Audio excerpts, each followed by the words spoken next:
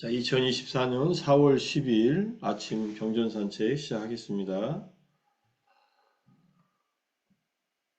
자, 법구경 324번째 개송, 자, 코끼리 품의 세 번째 이야기, 나이든 바라문의 아들 이야기, 또는 나이든 바라문과 아들 이야기,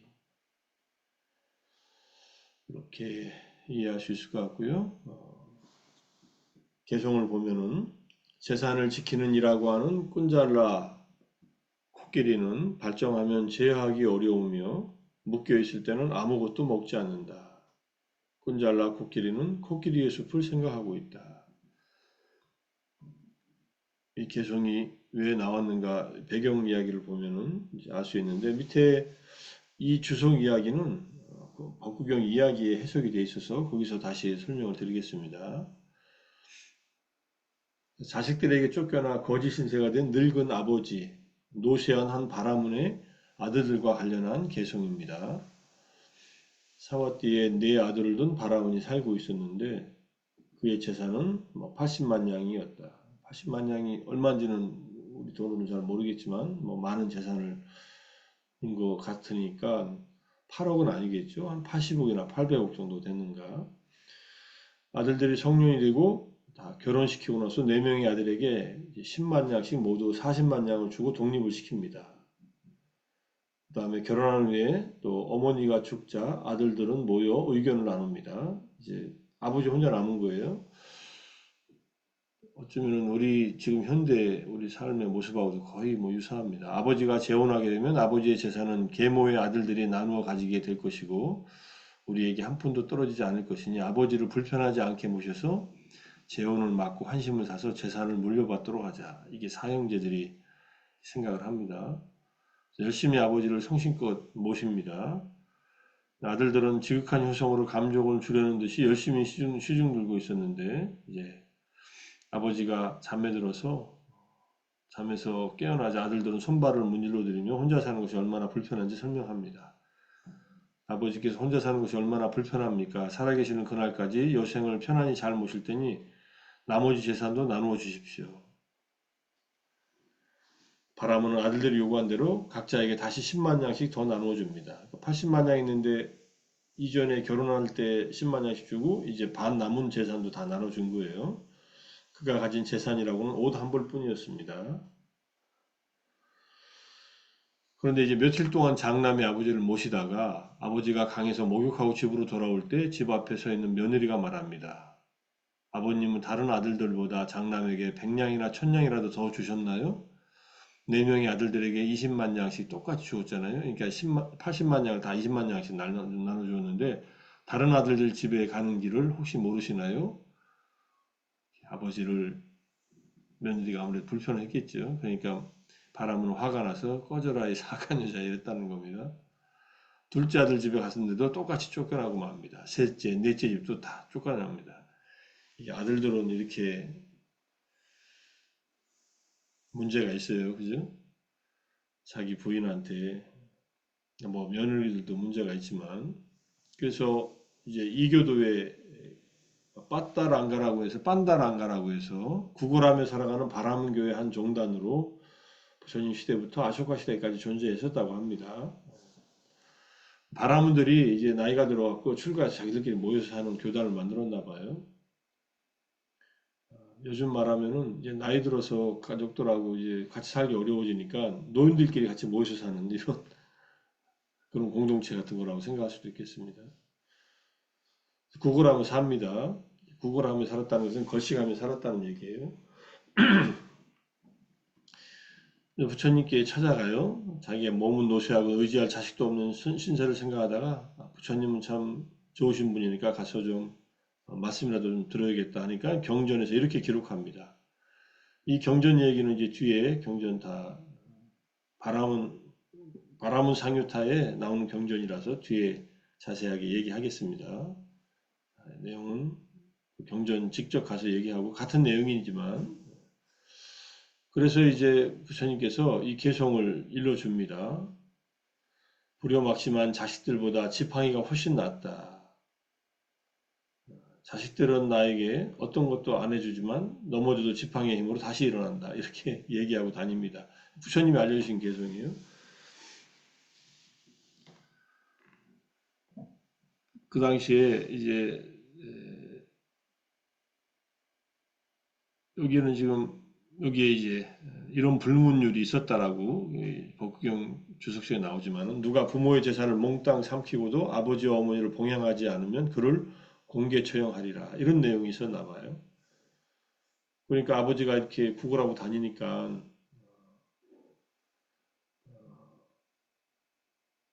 앞에 나온 개성을 이제 사람들이 다 알게 되잖아요. 그리고 바라는 아들들은 자기들이 이제 아버님을 버렸다는 걸로 위험에 처할까 봐 목숨만 살려달라고 아버지한테 애고를 합니다. 그러니까 어, 아버지는 마음이 누그러지자 바라문들에게 사정을 합니다. 제 아들들을 죽이지 마십시오. 이제 나를 잘 보양할 겁니다. 해가지고 이제 아버지를 잘 모십니다. 이제부터 아버지를 잘 모시지 않으면 즉시 처형하겠다. 이런 법이 있었나 봐요.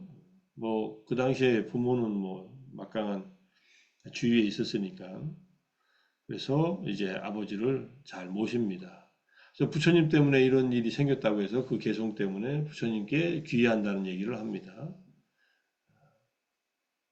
부처님을 극진히 잘 모셔라 이렇게 얘기하면서 어쨌든 부처님과 500명의 스님들을 초청해서 잘 모셨다 이런 얘기들입니다. 존자 곧다마시오 저희들은 아버지를 잘 봉양하고 있습니다. 결코 아버지를 소홀히 대하지 않습니다. 아버지를 보십시오. 부처님께서 잘했다. 옛날에 지혜로운 사람들도 그렇게 부모를 잘 봉양했다 하고서 이제 이 노인에게 가르쳐준 개성으로 다시 어쨌든 자식들이 부모를 모시게 됐으니까 두 부모와 자식 사이의 관계를 다시 회복시켰다는 얘기입니다. 그래서 이제 자타카 얘기도 하며 코끼리가 없을 때 뭐 풀이 자라서 꽃이 피는지에 대해서 설명합니다. 그리고 나서는 이 개성을 읊으셨다는 거예요, 지금. 이제 개성에 대한 해석으로 이렇게 나옵니다. 다나빨라, 이게 이제 재산을 지키는 코끼리라는 말. 그 당시에 왕은 코끼리 조련사를 아름다운 코끼리 숲으로 보내 다나빨라라는 이름의 코끼리를 붙잡게 합니다. 이게 다나빨라라는 이름이지만은 이게 앞에 나왔죠. 이름을 코끼리에 대한 이름 이런 이름을 부른다는 거죠. 이제 재산을 지키는 그런 코끼리라고 하니까 좋은 코끼리겠죠. 그래서 관자놀에서 분비물이 흐르는 코끼리처럼 발전기가 되면 코끼리는 귓부리에서 분비물이 터져 나오는데 이때는 조련사가 코끼리를 굴복시키려고 쇠꼬챙이나 창이나 작사를 사용하지만 코끼리들은 더욱 흉포해집니다. 그러나 이 코끼리는 이보다 훨씬 더 흉포했습니다. 그래서 이렇게 통제하기 어렵다, 제어하기 어렵다라고 한 것이고 붙잡히면 음식을 한 입도 먹지 않았다. 왕의 명령으로 여러 색깔의 장막을 치고 코끼리를 우리에서 지내게 합니다. 잡아와서 왕은 자신이 먹는 음식을 주었는데 이 코끼리는 먹기를 거절합니다. 코끼리 우리에 갇혀 있을 때 코끼리는 자기가 잡혀 있는 것을 싫어하니까 이제 음식을 안 먹었다는 거죠. 일종의 단식 투쟁하는 것 같아요. 코끼리 숲을 그리워하고 있네. 사는 곳이 아무리 화려하고 호화스러워도 코끼리는 숲을 잊지 못했다. 그 숲에는 눈먼 어머니 코끼리가 남아 있었는데 어머니는 효성스러운 아들이 붙잡혀가자 먹을 것을 구할 수도 움직일 수도 없어서 큰 고통을 겪고 있었기 때문이다. 그래서 이 코끼리는 어머니에게 효도하는 것이 아들에게 주어진 엄숙한 의무라는 것을 기억하고 있었다. 이렇게 이제 코끼리도 이렇다 하는 얘기를 이제 들려주신 겁니다. 그러니까 부모를 잘 섬기라는 얘기를 코끼리도 이렇게 할 텐데 이런 얘기로서 이제 얘기를 들려주셨는데 자 이게 이제 앙구타라니 쌍유타니카야 이제 바라몬 쌍유타의 14번째 개성 마하살라 부자경에 나옵니다. 어떤 바라몬 부자가 남루한 모습을 하고 옷을 입고 부처님께 다가갑니다. 여기에 지금 법구경 이야기 여기 나오잖아요. 법구경 324편 배경 이야기로 나오는 그 얘기를 여기 지금 번역하시면서 강무스님이 써놓은 겁니다. 부자 바라문에게 세존께서는 이렇게 말씀합니다. 바라문이여 그대는 왜 남루한 옷을 입고 있는가? 제게는 4명의 아들이 있는데 그 녀석들이 아내의 꼬임에 빠져 저를 집에서 쫓아냈습니다. 그러면 집회소에 가서 많은 군중들을 모이고 아들들도 함께 하였을 때 이 계송을 외우라고 합니다. 나는 그들의 탄생을 기뻐하고 그들의 성공을 진심으로 원했건만 부모는 다 이렇죠. 아내들의 꿈에 빠져버린 그 아들들은 개가 돼지 몰아내듯 나를 몰아냈다고. 선량하지 못한 그들은 너무 비열하여 나를 두고 아버지라 부르더니 아들의 형색으로 태어난 그 악귀들 마침내 늙은 나를 내버렸다고. 늙어서 쓸모가 없는 말이 말 구유에서 쫓겨나는 것처럼 어리석은 놈들의 늙은 아버지는 남의 집에서 구걸을 한다고. 불의한 저 자식들보다 내게는 지팡이가 더 나으니 지팡이는 사나운 황소도 몰아내고 사나운 개마저도 몰아낸다고. 어둠 속에서는 나를 앞서가고 깊은 곳에서는 바닥을 얻나니 지팡이의 도움으로 나는 비틀거리더라도 바로 설 수 있다고. 그러니까 이제 많은 군중들이 모이고 아들들도 함께 했을 때 이 계송을 외웁니다. 그때 아들들은 그 부자 바라문을 집으로 모셔가서 목욕을 시켜드리고 각자 옷도 한 벌씩 드립니다. 여기에는 아까 그 얘기가 없죠. 부모님을 봉양하지 않고 만약에 재산을 다 물려받고 나서 부모님에게 소홀히 하면은 뭐 공개처형한다는 그런 얘기는 여기 빠져 있어요. 그 얘기는 이제 법구경 주석서에서 더 추가된 이야기 같고 뭐 이 상유타니카의 주석서를 보면 그 얘기가 나올 수도 있겠죠. 자, 부자 바람은 옷 한 벌을 가지고 세종께 다가가서 주님하고 대화를 나눕니다. 곧다마 존자시여 저희 바라문들은 스승을 위해서 스승에게 바치는 보시물을 구해옵니다. 곧다마 존자께서는 이것을 제가 스승에게 바치는 보시물로 받아주십시오. 세종께서는 연민하는 마음을 내시어 그것을 받으셨다. 여기에 연민하는 마음으로 여기에 바가와 아누깜빵 옷바다예요. 연민의 마음으로. 까루나하고 같은 의미로 아누깜빠라는 말이 쓰이니까 그래서 부처님에게 고타마 존자께서는 저를 제가 신조로 받아주소. 바라문인데 제가 신자가 되는 겁니다. 목숨이 붙어있는 그날까지 귀하옵니다. 얘기했다는 겁니다.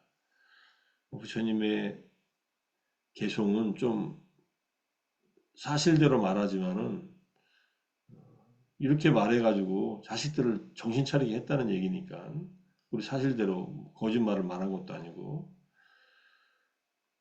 어떻게 해야 될까요? 부모 자식 간에 나이 들어가지고 자식들한테 쫓겨나기 전에 어떻게 해야 되나.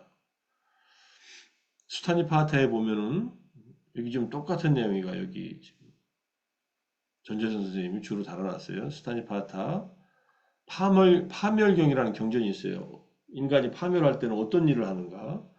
자기는 풍족하게 살면서도 늙게 되어 젊음을 잃은 부모를 돌보지 않는다면 그것이야말로 파멸의 문입니다. 빠라바와토 무캄이라고. 그래서 이 얘기 똑같은 얘기를 상유타니카야 대부호의 부자경에 보면 다음과 같은 이야기가 있다고 똑같이 주석이 달려 있어서 파멸경에 이 구절만 가져왔고요. 앞뒤로 쭉 잘못 살면 파멸한다는 얘기가 나오는데 부모를 잘못 모시면은 자식이 파멸한다는 얘기를 합니다. 자, 그 다음에 이제 이걸 보고서 부모 자식은 그럼 어떤 관계를 맺어야 되는가 그 얘기를 이제 보려고 이 경전을 가져왔는데 이 경전에 보면은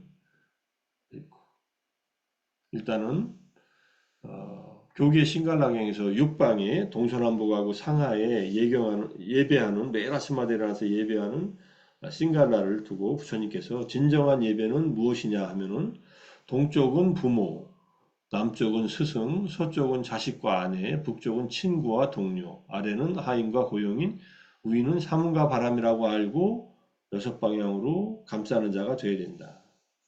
먼저 부모, 아들은 5가지 경우로 부모를 섬겨야 한다. 그분들을 잘 봉양할 것이다. 그분들에게 의무를 행할 것이다. 가문의 대를 확고하게 할 것이다. 유산인 부모의 훈육대로 잘 실천할 것이다. 부모가 돌아가시면 그분들을 위하여 보시를 잘할 것이다. 라고 동쪽 방향 부모를 섬긴다. 부모는 다시 5가지 경우로 아들을 사랑으로 돌본다. 먼저 사악함으로부터 멀리하게 하고 선에 들어가게 하고 선이라는 말은 이제 여기서 깔냐나예요. 선에 들어가게 한다는 것은 착한 일, 좋은 일을 하게 한다, 유익한 일을 하게 한다는 그런 뜻이겠죠. 기술을 배우게 한다, 교육을 시킨다는 말이고, 어울리는 아내와 맺어준다. 뭐 결혼할 때 결혼시켜주고, 적당한 때 유산을 물려준다. 이 적당한 때가 여기에 해당한 것 같아요. 이 부자 바라문은 재산을 다 주지 말고 10만 냥씩 이미 줘서 결혼시켰다면 자식들이 얘기하면 5만 냥씩만 주고 자기가 20만 냥을 갖고 있었다면은 이런 후대접을 안 받았을 거예요. 물론 자식들을 사랑하는 마음에서 줬겠지만 그게 별로 좋지 않다는 얘기. 적당한 때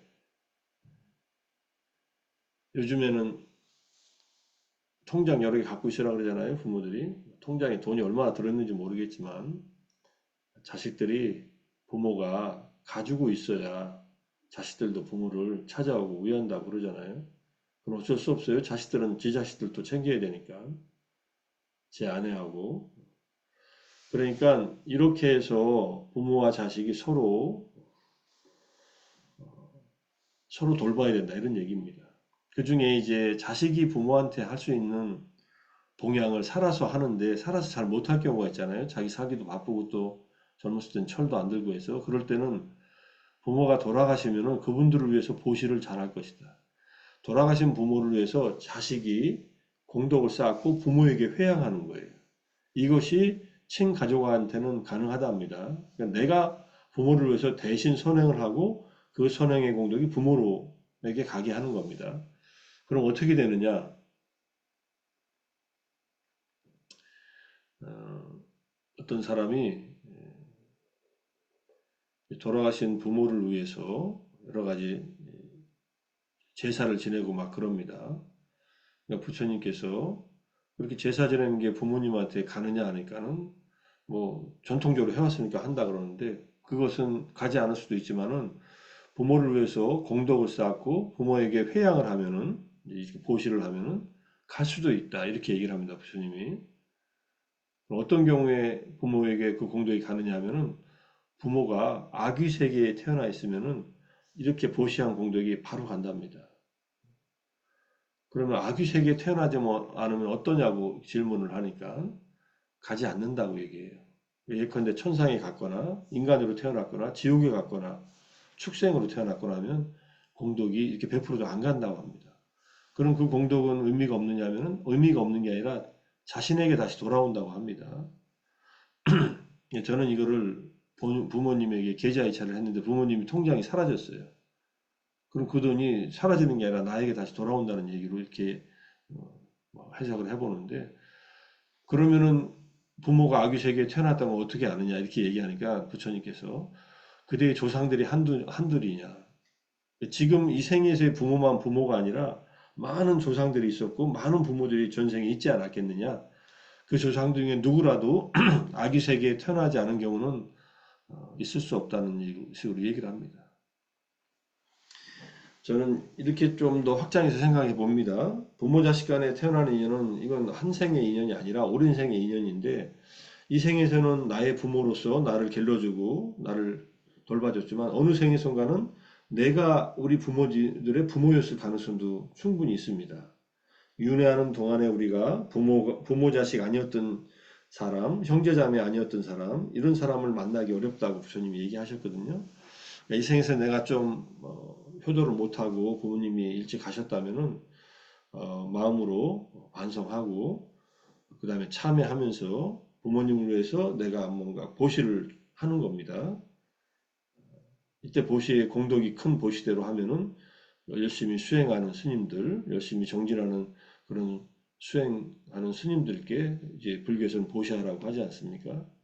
깨달음 얻은 스님들한테 보시하면 그 보시의 공덕이 헤아릴 수 없으니까 그렇게 보시를 하면서 막 살아계실 때 마저 못한 그 효도를 하라는 거예요. 이 마지막 얘기는 부모가 돌아가시면 그분들을 위해 보시를 잘한다. 이 말은 우리는 돌아가신 부모님을 위해서 이제는 효도할 수 있는 기회가 없다라고 생각하지 말고 얼마든지 효도하고 잘 살 수 있고 내가 또 열심히 수행해가지고 우리가 닦은 이 수행 이 출세간에 이르는 법을 실천함으로써 산보에게 예경하고 부모님께 예경하고 스승님께 예경한다는 우리 예경의 개송을 하지 않습니까? 아침마다. 그것도 이런 의미예요. 내가 수행한 공덕이 생기면 보시한 공덕도 큰 공덕이 되는데 내가 수행한 공덕을 부모님에게 회행한다면 이건 또 얼마나 큰 공덕이 되겠어요? 이 생은 부모님의 도움으로 태어났으니까. 그렇게 마음을 먹으면서 수행하고 회행하고 삼보에 부모님께 스승님들께 모든 중생들께 회행하면서 수행하면은 수행이 훨씬 더 뭐라고 할까 경쾌하게 수행했다고 하는 상에 붙들리지 않으면서 수행에 더 열심히 정진할 수 있는 그런 마음이 생길 겁니다. 그래서 그런 정도로 얘기하고요. 이제 그 다음에는 이제 스승님들 관계, 아내와 자식과의 관계 그런 얘기들이 쭉 이제 경전에 나와 있는 얘기를 설명해 놓은 건데 지금 여기에 이제 6가지 기본적인 사회 관계에서 우리들이 해야 할 일을 이제 비구 보지스님이 정리해 놓은 걸 가져왔고 부모 자식 간의 상호 의무를 지금 말씀드린 대로 정리했고 그 다음에 스승과 제자 사이 보통 제자들은 스승 집에 가서 머무니까 스승을 섬기는 방법, 인사하기 위해서 일어나고 기다리고 배우려 하고 섬기려 하고 가르친 기술을 숙련한다. 이게 제자가 스승을 섬기는 방법, 스승이 보답하는 방법, 가르침을 통하여 주고 완전히 이해할 것을 이해시키고 모든 기술들의 기초교육을 하고 스승의 친구와 동료들에게 자기 제자를 추천하고 모든 방향에서 안전함을 준다.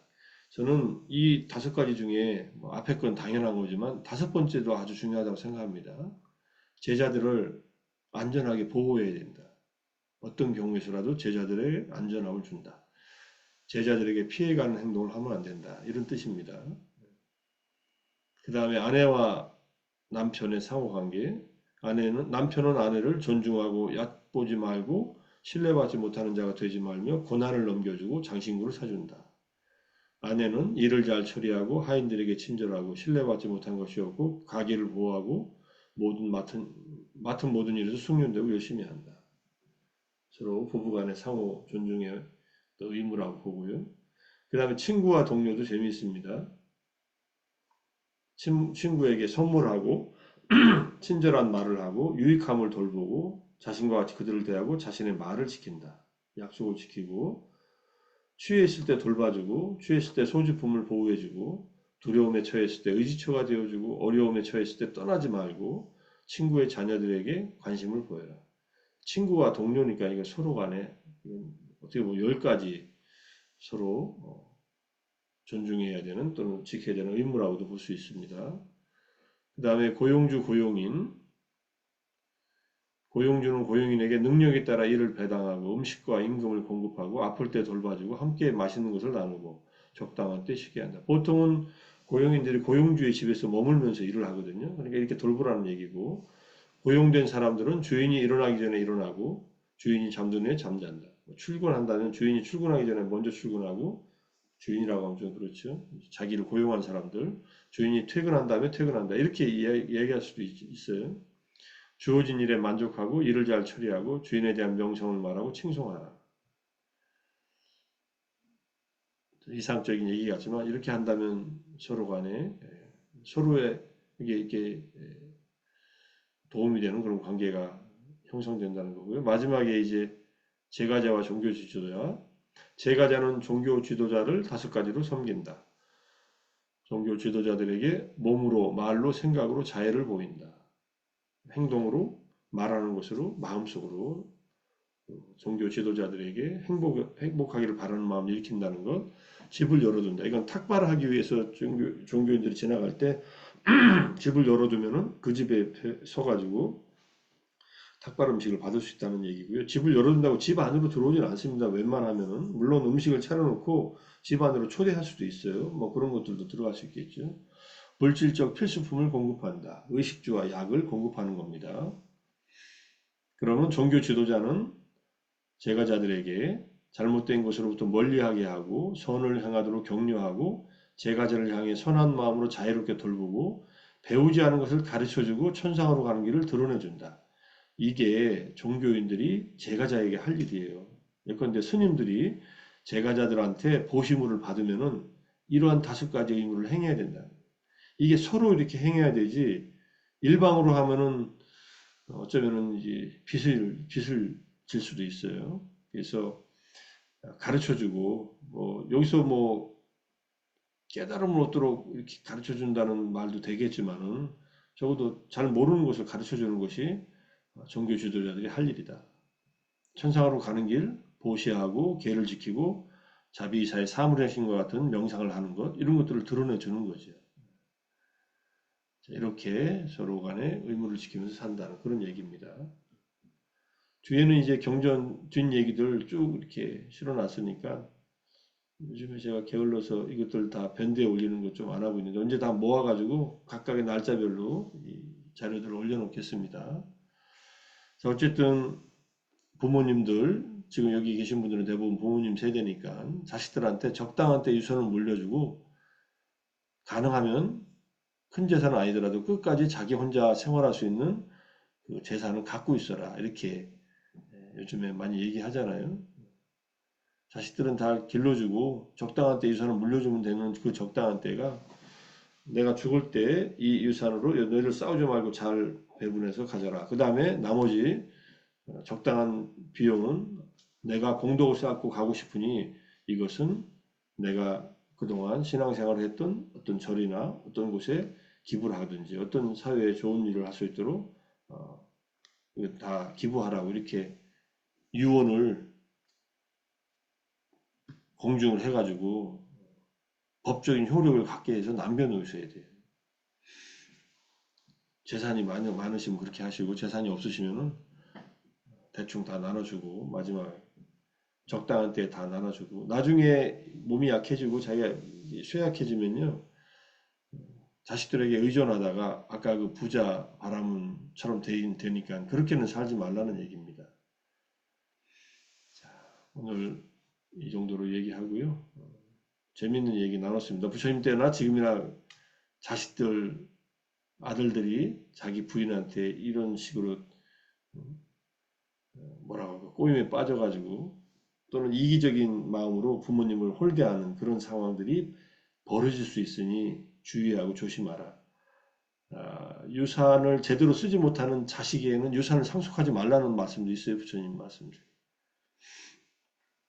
그러니까 부모 자식 간에 잘 길러주고 교육시켜주면 일단 부모의 의무는 끝났고 그 다음에는 이제 부모도 자기를 챙겨야죠. 요즘에 오래 사니까 또 이 당시에도 오래 사는 바람도 있었지만 자식들한테 기대지 말고 스스로가 경제적인 어떤 독립적인 생활을 할 수 있을 정도의 그런 조건을 가지고 살아야 된다는 것이 그렇게 이해할 수 있지 않을까 생각을 합니다. 정진과 독성과 아침 경전산 제하느라 수고들 하셨습니다. 마무리하겠습니다. 사두, 사두, 사두, 사두, 사두. 사두. 감사합니다. 감사합니다. 감사합니다. 네, 감사합니다. 수고하셨습니다. 네.